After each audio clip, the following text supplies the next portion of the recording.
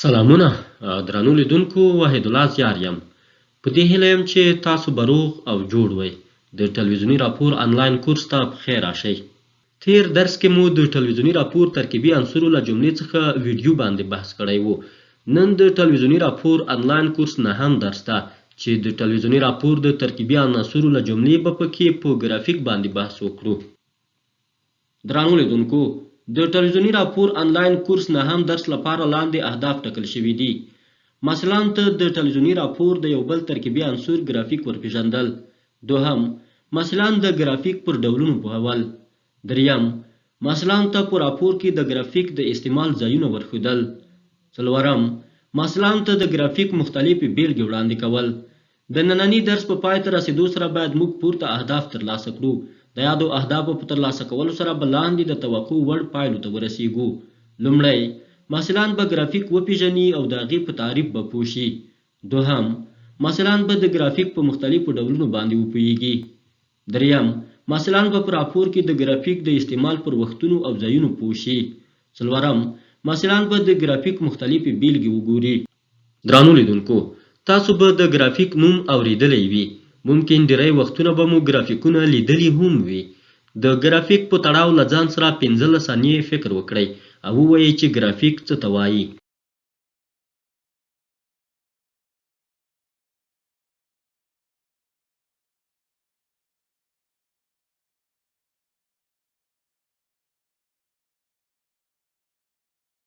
درنو لیدونکو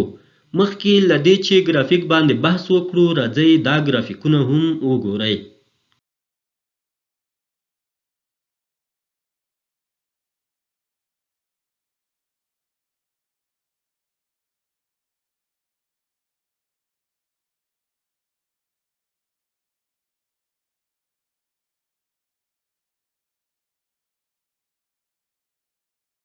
ګرافیک د ټلویزیوني راپورونو د ترکیبي عناصرو له جملې څخه یو مهم عنصر ده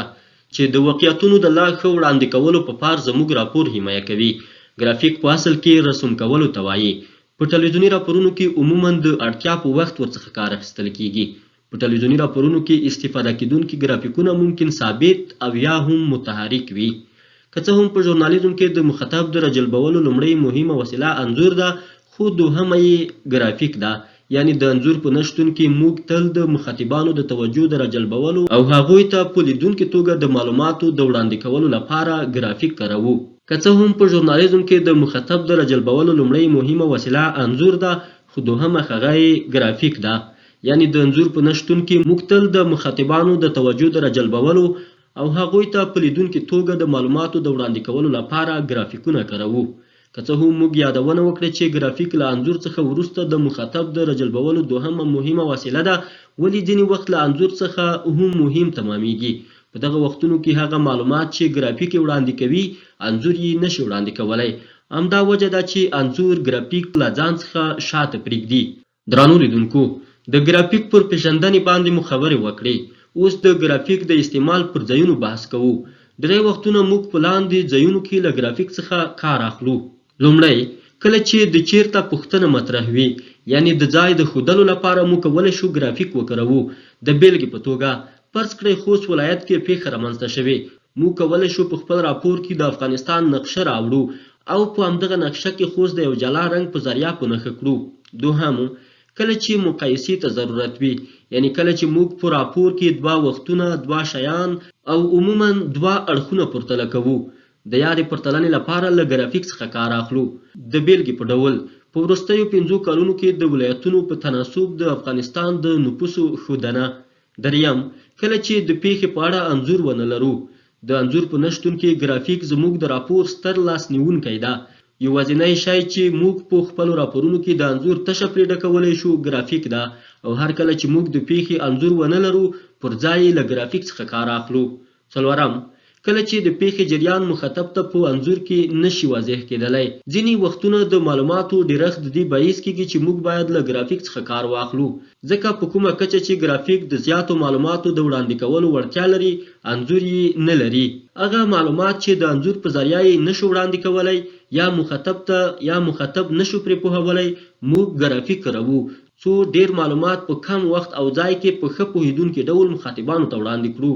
پنځم، د هوا حالاتو او د ځینو احصایو د پایلو ښودلو لپاره هم موږ کولی شو له ګرافیک څخه کار واخلو. شپږم، د نوښت د رامنځته کېدا د راپور د جذابیت د ډیرېدو او د مخاطبانو د توجه د راجلب په موخه هم ګرافیک کارولی شو.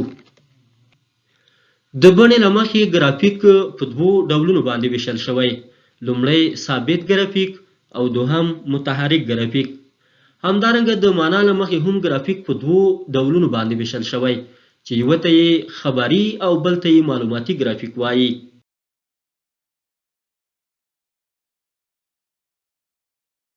مخکې مو یادونه وکړه چې ګرافیک د بڼې له مخې په دوو برخو ویشل شوی چې لومړي هغه ته یې ثابت ګرافیک وایي. دا هغه ګرافیک ته چې ثابت، ساکن او یا هم ولاړ وي، یعنی حرکت یا خوځښت نه لري. د بڼې له مخې د ګرافیک دوهم ډول ته متحرک ګرافیک وایي. دا هغه ګرافیک ده چې متحرک یا خوځنده وي، یعنی ثابت او ساکن نه وي.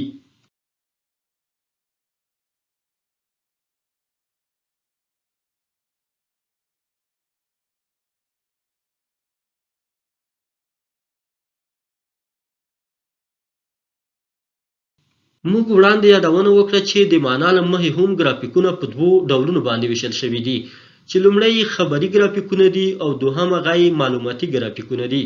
خبري ګرافیک هغه ګرافیک ده چې د انځور په نشتون کې موږ د انځور په ځای استفاده کوو. یاد ګرافیک له انځور څخه وروسته زموږ د راپور ستر لاسنیونکی ده. د معنا له مخې د ګرافیک دوهم ډول معلوماتي ګرافیکونه دي. دا هغه ګرافیک ده چې د سختو، ډیرو او پیچلو معلوماتو د اسانه وړاندې کولو لپاره کارول کیږي. درانو لیدونکو، د ټلویزیوني راپور آنلاین کورس نهم درس په همدغه ځای پای ته رسیږي. په دغه درس کې د ټلویزیوني راپور ترکیبي عنصرو له جملې څخه پر ګرافیک باندې وغږیدو. د اړوند درس لپاره له دغه سرچینو یا مخزونو څخه استفاده شوې ده.